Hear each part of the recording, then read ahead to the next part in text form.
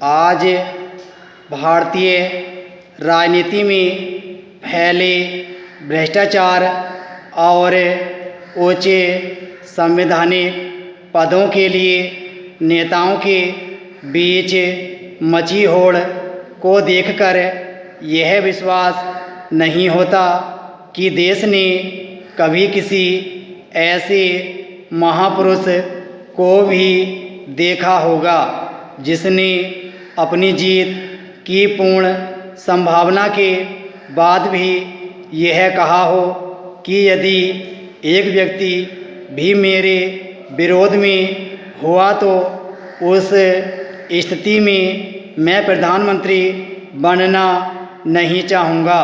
भारत के दूसरे प्रधानमंत्री श्री लाल बहादुर शास्त्री ऐसे ही महान राजनेता थे जिनके लिए पद नहीं बल्कि देश का हित सर्वोपरि था।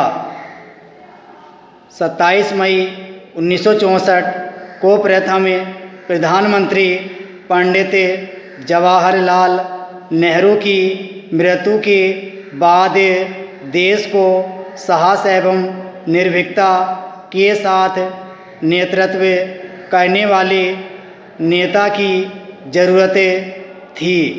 जब प्रधानमंत्री पद के दावेदार के रूप में मोरारजी देसाई और जगजीवन राम जैसे नेता सामने आए तो इस पद की गरिमा और प्रजातांत्रिक मूल्यों को देखते हुए शास्त्री जी ने चुनाव में भाग लेने से स्पष्ट इनकार कर दिया।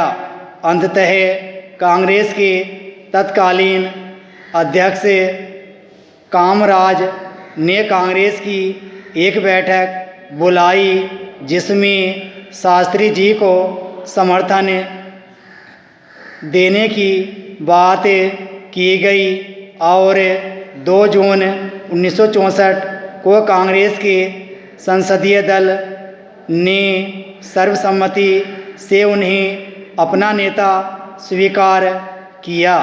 इस तरह 9 जून 1964 को लाल बहादुर शास्त्री देश के दूसरे प्रधानमंत्री बनाए गए।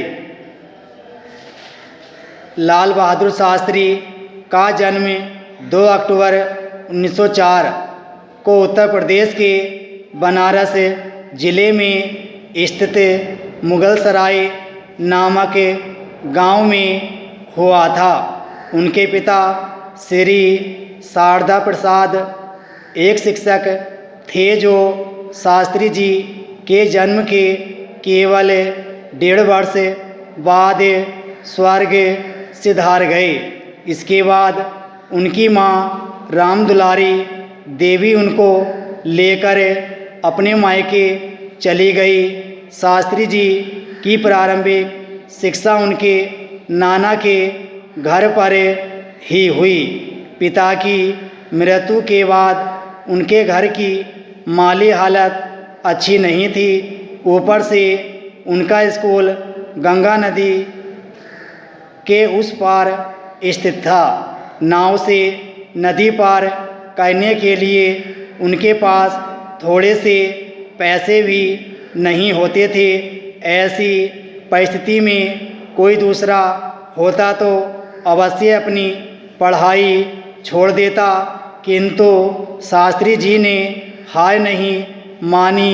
वे स्कूल जाने के लिए तैरकर गंगा नदी पार करते थे। इस तरह कठिनाइयों से लड़ते हुए 6ठी कक्षा उत्तीर्ण करने के बाद आगे की पढ़ाई के लिए वे अपने मौसा के पास चले गए।